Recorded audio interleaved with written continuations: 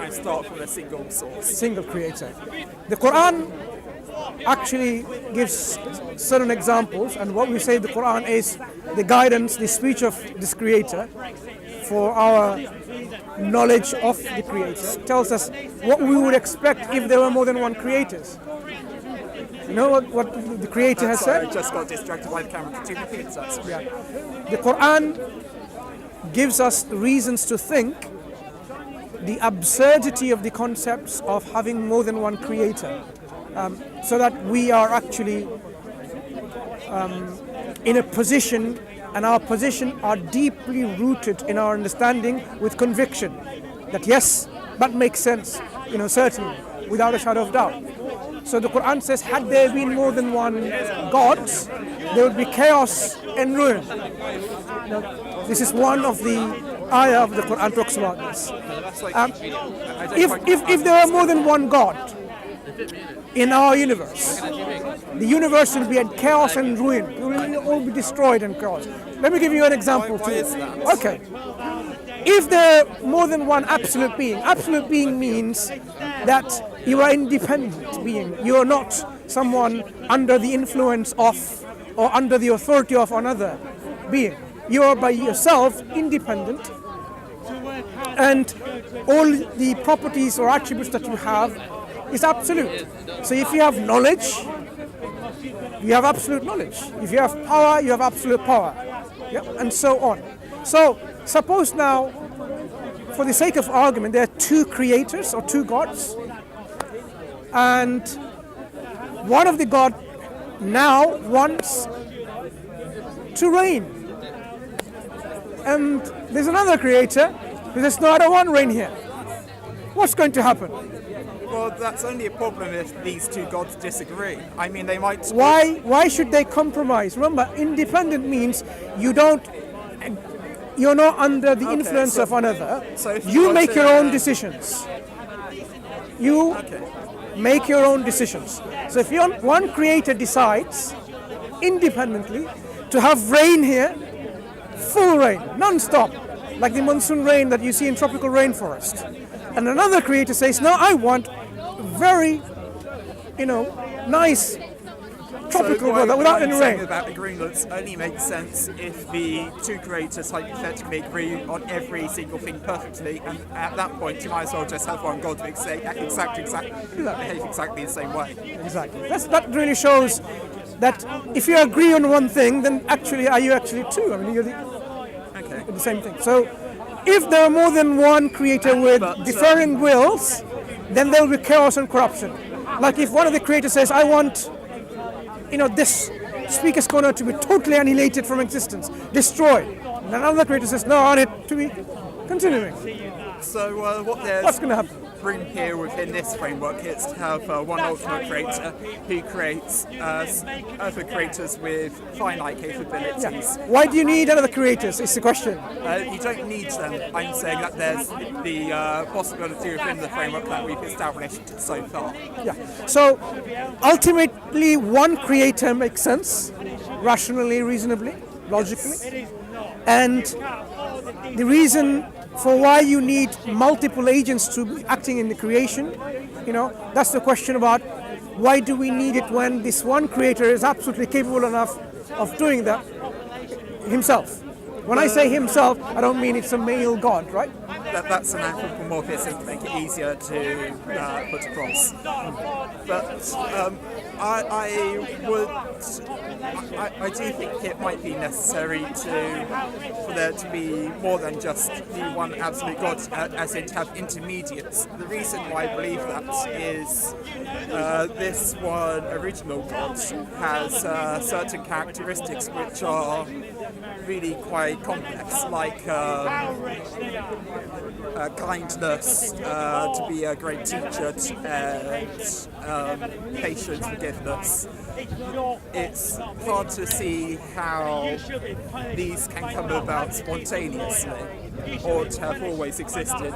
The reason why I think that there might be intermediates is I would see these as a possible way that these characteristics could come into being, and therefore the motivation needed to actually create the universe. I would see the original kind of one God as being too simple to want to create a universe.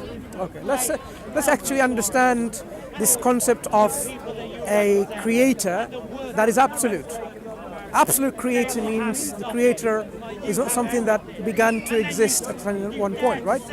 If something begins to exist, then by that concept, this thing is limited in itself, had to be originated or had to come into existence.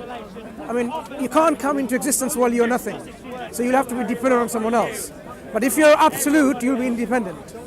So such a being will be eternal with no beginning and everlasting with no end. If there is a being eternal with no beginning, now that particular being will have its own inherent characteristics. Yes. Yeah.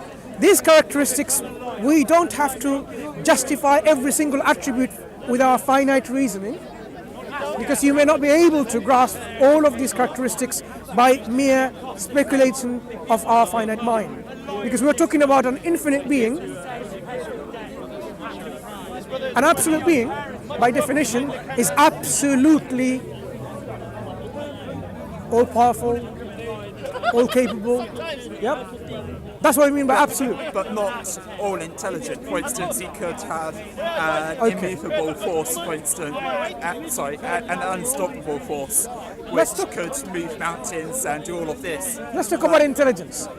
An absolute being with no beginning will have the knowledge not given by anyone or anything. It has to be inherent. I believe it would be capable of generating knowledge, but not necessarily have knowledge itself. So where would the knowledge come from? Through perhaps a process of evolution. We're talking about the creator. Yes. So what gives you the understanding that the creator evolves? What's your thought process on that? How do you arrive to such a conclusion? I arrive from that conclusion from the perspective that if we look at, say, single-celled organisms. No, that's us creation. Yes, we're talking about just before. Ignore the things that come before this, and I'll come back to that later. If we start at the level of an organism that can replicate, that can evolve, then we see over time it can get any capabilities of intelligence, of awareness through a process of creation. And that's kind of what evolution is. It's about kind of creating things that are similar to yourself but slightly different, and being able to iterate on that. But this is where I would disagree in terms of understanding of intelligence developing through this singular cellular to multicellular organisms. Because the very fact that within the first living thing, it was already programmed what it should have, how it should do.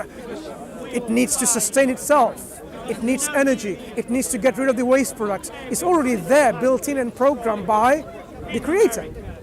So we cannot then affirm or ascertain from it there's an evolutionary process going on. So this is kind of where it comes back to where I believe the creator kick-started this process, but didn't design everything that came after. I think that what the creator has is the attributes to bring about change and continuous improvement. These don't come from the creator itself, but the creator creates things that can create better versions of themselves. Does the creator have more knowledge than the creation? No. No? The creation has more knowledge than the creator and can gain that knowledge over time. Like a student that after going to the university or such continues to learn new things, and like you wouldn't expect the scientists of 1,000 years ago to know more than the scientists are today, but the scientists that are around today are students of those scientists, and we've been able to pick up that new knowledge over time. So you think this creation, we are a speck on this earth. The earth is like a speck on our solar system.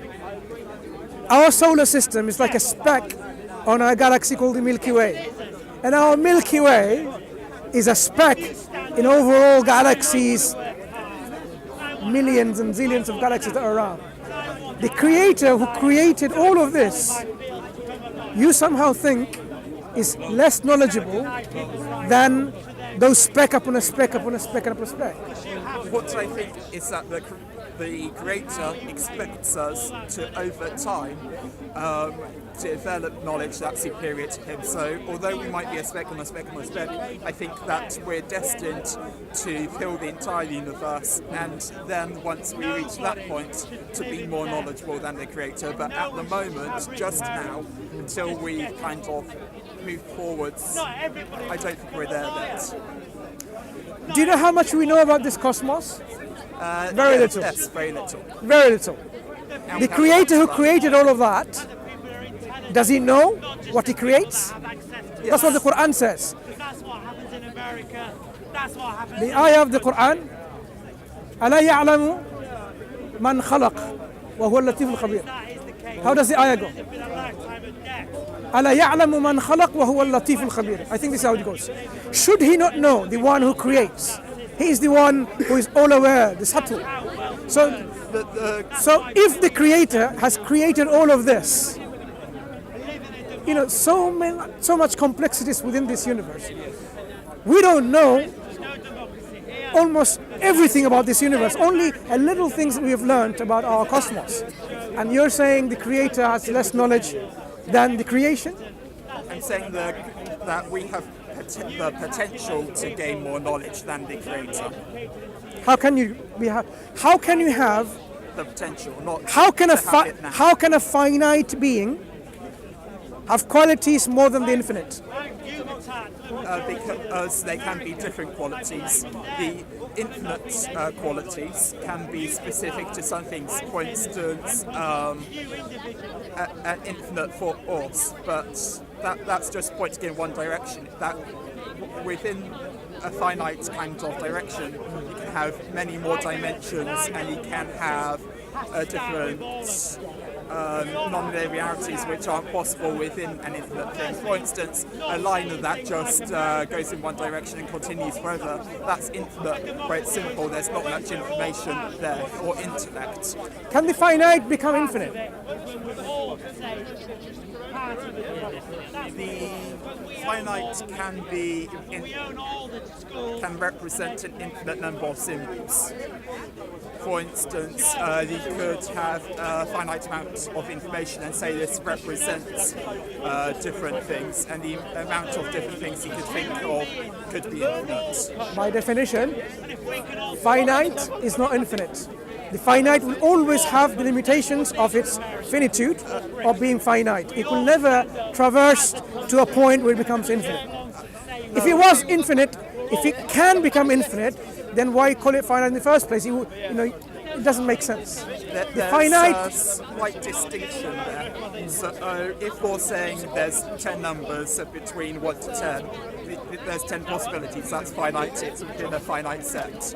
But you can say that this represents 10 pears or 10 apples or 10 oranges or 10 different systems which interact in this way, and there are an infinite number of ways that can be interpreted. So if you were to say, look at the pixels on a computer screen, for instance, there's no Facebook, there's no Twitter that really exists. They're just patterns of pixels, but the actual content of them is in the human brain here, and that's outside of the finite computer system, and it's the infinite capacity of that comes from the way that it's viewed ontologically.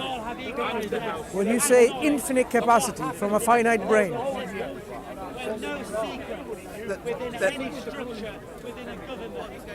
Capacity is a slight mischaracterization there. We have in this country a freedom of request. In America, there is also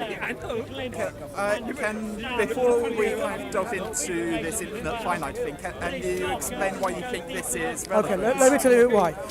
If we believe there's a creator, if we accept there's a creator who has no beginning, or has always been there, then whatever characteristics the creator has, two or three characteristics easily discernible by being here.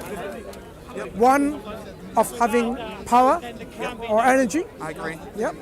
Other, definitely knowledge, because the creation demonstrates knowledge. But there's a slight distinction in there. We can't say whether that knowledge belongs to the same entity that the power belongs to. We can say that there could be multiple creators. One has the all that power, and one has the knowledge. So the ultimate creator, if the ultimate creator did not have knowledge, if the ultimate creator did not have any intelligence, any wisdom, any knowledge, are you saying that without being knowledgeable, without having wisdom, intelligence, then this creator would be able to create things of this nature, like this creation? I would say would be able to start a process of continuous improvement that led to intelligence. No, not even improvement. How, if you have no knowledge about how to make computers, how do you start? Start with what? So, are you familiar with, for instance, cellular autonomy? Are you familiar with like cellular autonomy, like the game of life? Basically, these are like little cells in tables and stuff. They have very simple rules, like rules. Yeah. Yeah. Start with rules. If the creator has no knowledge, is he able to put any rules in the system? No, zero rules. So you start with zero rules. So give me an example from zero rules. Let's say there's a constant number, just one. Okay. The concept of one. Sure. And then let's say this represents the universe.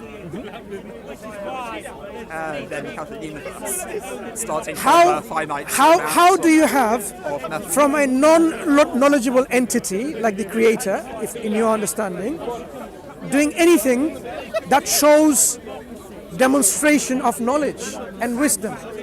All this process that we see in terms of, well, this is whether exactly what I'm kind of saying. I don't think that original creator is possible of showing any knowledge because it doesn't have any. It's only if it doesn't have any, then how does anything that is what we see?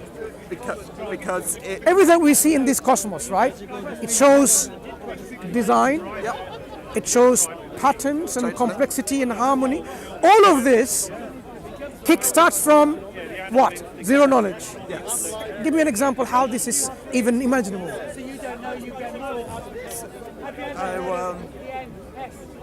We've talked about evolution as one. Evolution starts with rules already programmed within the genetic makeup. It's a set of rules.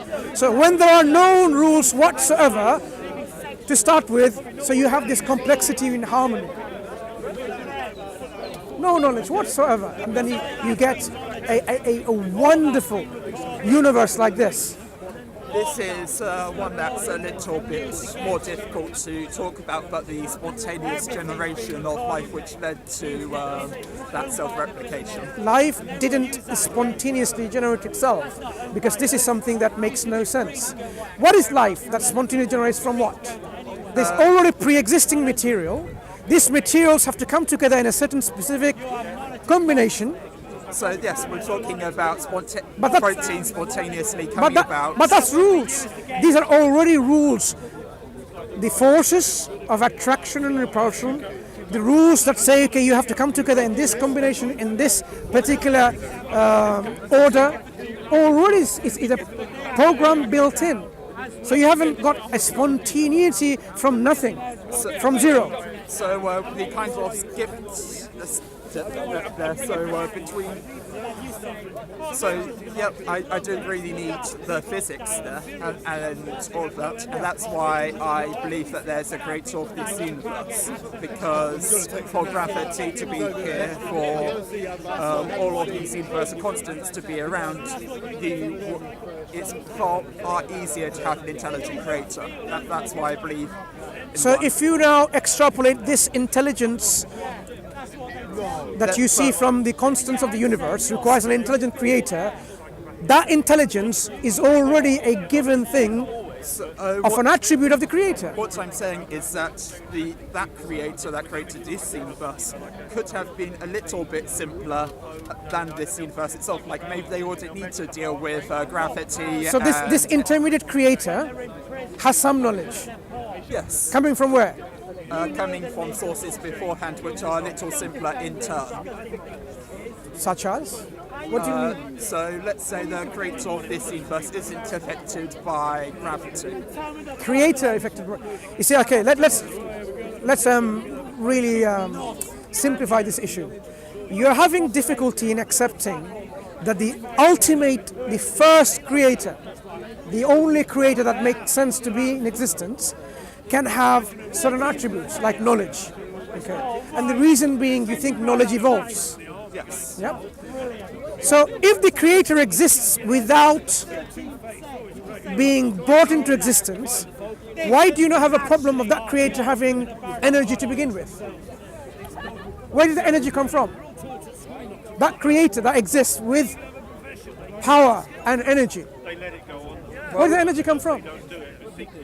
This is something that's really quite hard for me to reason about, but then I just have to say there's only one thing that came into existence. I don't have to say, and I can talk about how it led from there. I don't have to say then that not only did energy come into existence, but also kindness and to the capability of this intellect. When you say energy came into existence, the energy of the creator wasn't given by anyone. This energy, the power the creator has, no one gave the creator the power. Sure, I agree with that. An ultimate. So where is this? What is the source of this power within the creator? It's inherent. Has to be itself. Inherent, right? Yeah. So likewise, we say this creator has described himself that this creator is all powerful, all hearing, all knowing, all seeing, and also all forgiving, all compassionate, all just. So these are things that the Creator described himself to us so that we don't fall into this confusion about maybe the Creator doesn't have knowledge, and then he created other intermediary creators which has knowledge. Okay? So the confusion is removed. At a point, the Creator has affirmed these attributes for himself. So us being finite creation, we accept what the Creator has affirmed for himself. and then we have to trust that the Creator is also truthful. If the Creator has created us and told us that He's created us for a purpose, we have to accept that. Okay. Maybe There's to no completely change the discussion a bit. What actually is the purpose talked about in the Quran? The purpose of our creation, the Quran says, وَمَا خَلَقْتُ الْجِنَّ وَالْإِنسَ إِلَّا لِيَعْبُدُونِ. The greatest, I have not created man and jinn except to worship me. That is the simple reason. So this worship is gratitude of the Creator and submitting and surrendering will in line with what the Creator wants to this Creator. So if the Creator says, okay, I want you to live your life in a certain way, and you submit to this will, then you are worshipping the Creator. The Creator tells us we are not created here to last forever in this life, but this life is a momentary phase of our existence. We will die, and then we'll be resurrected back again. And then, depending on what we believed and what we did, whether we actually fulfill the purpose of our creation, whether we worship God or not, then there are consequences that awaits for us, a place of reward, joy and happiness, tranquility and bliss in paradise in Jannah, or a place of suffering, torment, pain, which is hellfire, and that's what will be the two of the final destinations for us. And these abode will be forever. Okay, there will be no death after this life. Once we are resurrected again, death itself will come into total annihilation, as if like death itself will be killed and done with. So we'll have no death. So the Creator has created us so that we worship Not that he needs our worship, but we need to worship him.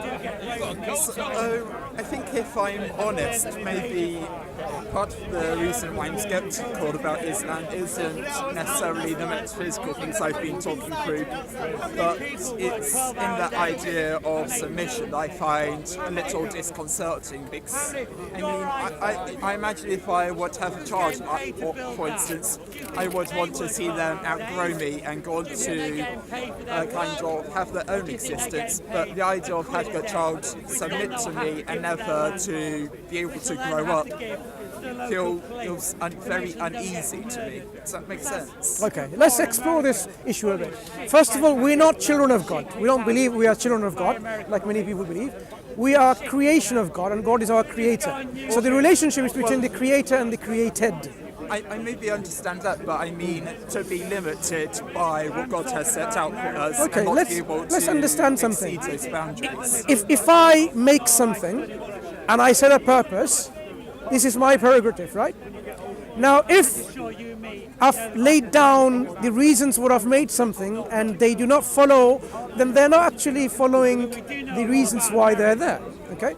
They do that on their own consequences, which they will face for that. So if we are created so that we can go to a place which the Creator wants us to, He wishes us that we follow the way that leads to eternal happiness. Okay? Eternal happiness, joy, tranquility, bliss.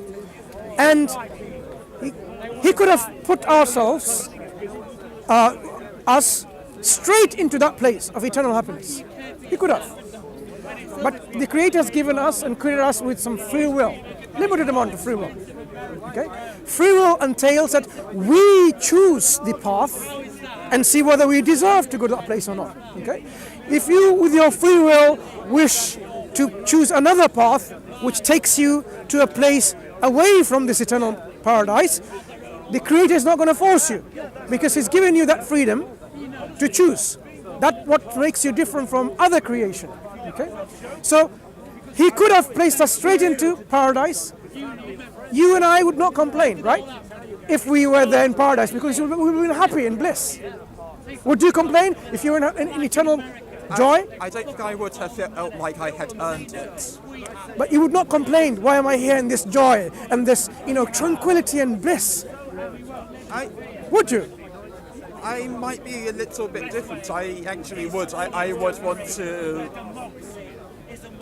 I would never feel comfortable if all this had just been given to me. I would want to be able to create and to improve on my surroundings, and I would feel limited if I was in eternal bliss. In heaven, there's nothing to improve for yourself. All there is for your own enjoyment. That sounds awful. I would hate that. Why would you hate it? Because there wouldn't be anything for me to do, and I would have. No, there will be lots of things to do, but you don't have to, have all this toil and suffering to achieve your happiness. Ultimately, what in this life? Okay, let's understand that. In this life, do we want happiness or do we not want happiness?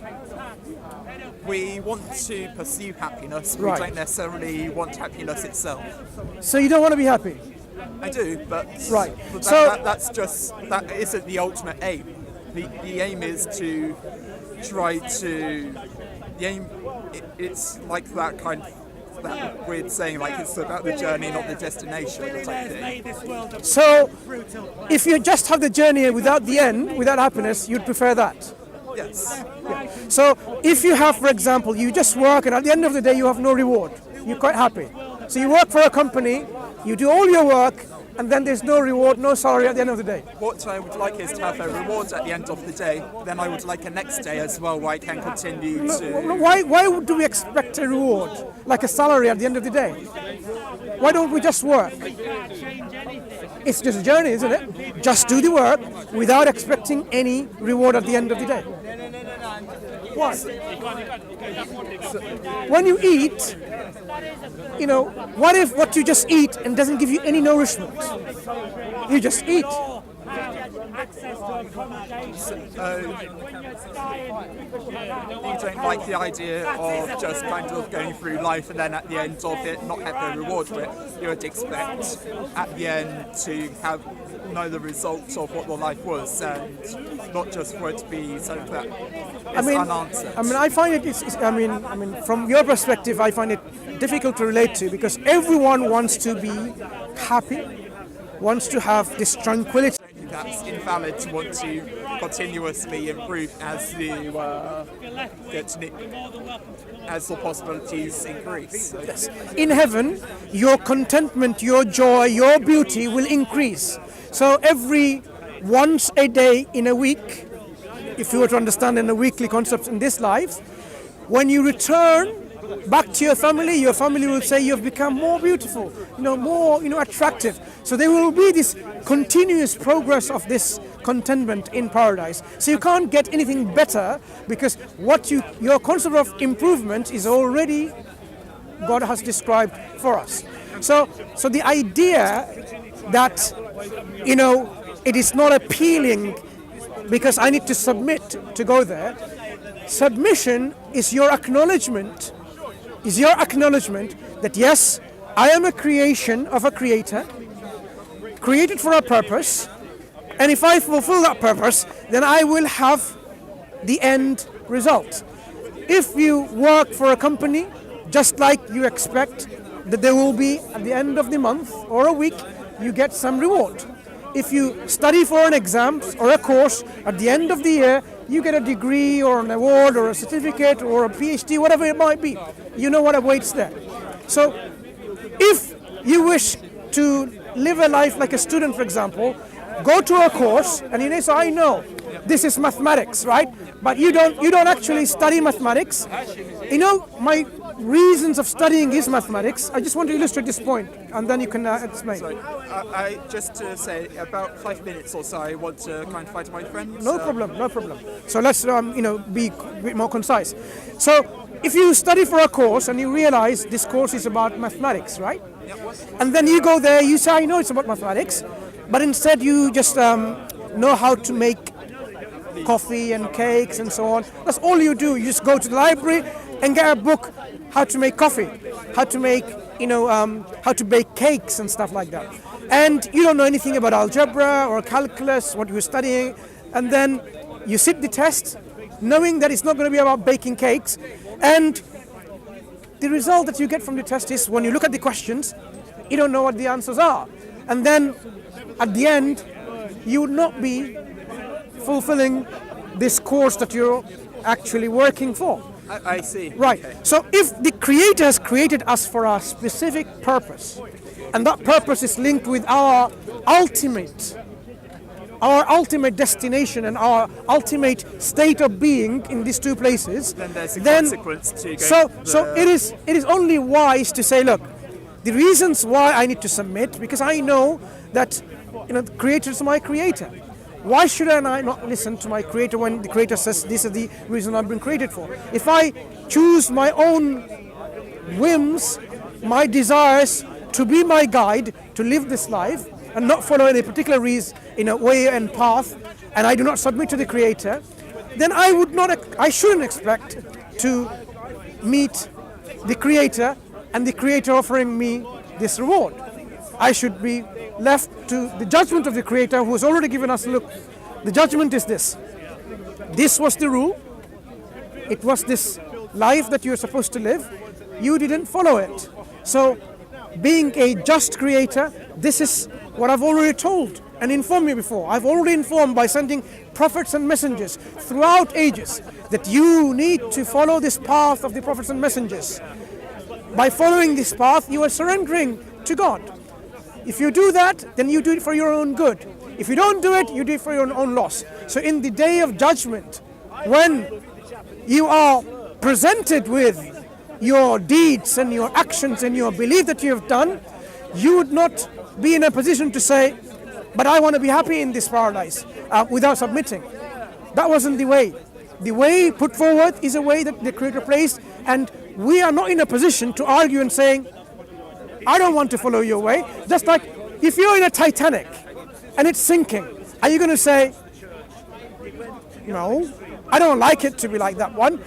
Because you are already in a situation which is beyond your control. That makes a lot of sense. I just have one last question before I go. What does Allah think about people are good and they try to do good for the people around them, but they might submit to society but not to Allah, for instance? Yeah, if people do not submit to God but submit to the society, then in the day of judgment they should expect the society to reward them, but not God. God's reward comes with submission and surrender to God and His prophets and messengers. Yeah, do you see? I mean, God doesn't say that, but I'm saying this is what people should expect. Because if you do not submit to your Creator and you do your things which you think is good, because what is good? It could be the same thing, right? Instead of on the day of judgment, is it only God that's doing the judging, or are there other judges as well? Only God. There is no other judge except God alone. Okay. God is the judge because He's the one who created you, caused you to die, and the one who is going to dispense your ultimate destination in that day of judgment. Thanks for talking to me. I'm going to find my friend now. Nice talking to you. What was your name? Ashton. Ashton. Yeah. I'm Mansur. We can talk again perhaps another time. Yes. And if you have any questions, we can just explore a bit further. Bye. Are you reading the Quran in the time being? I've only read the first 2 chapters, but I want to read more. Carry on reading. You can read the Quran in a conceptual way, like what does the Quran talk about death? What does the Quran talk about life? What does the Quran talk about good works? What is being good? Because our Prophet ﷺ, just to finalize this point, he actually said that he was raised to perfect the nobility of character. So we believe people are noble in their character, but he came to perfect it and elevate it. And that's what this journey is about, to make yourself better and improve yourself in this nobility. Okay, Aston? Right. You take care, okay? And we talk again. Great. Thank you. Thank you. Bye. I just realised. Oh, right. Where all this come from? Thank you. Yeah, somebody. Right, this is my one.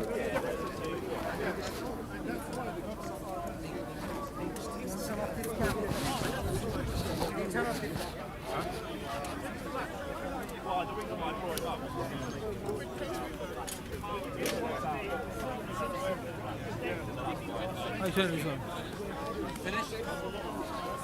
Is it finished? Bro, you mixed it up. Is it finished? These mine. Just 3 years. These are mine, yeah? Where's Mansur gone? Did you stop this?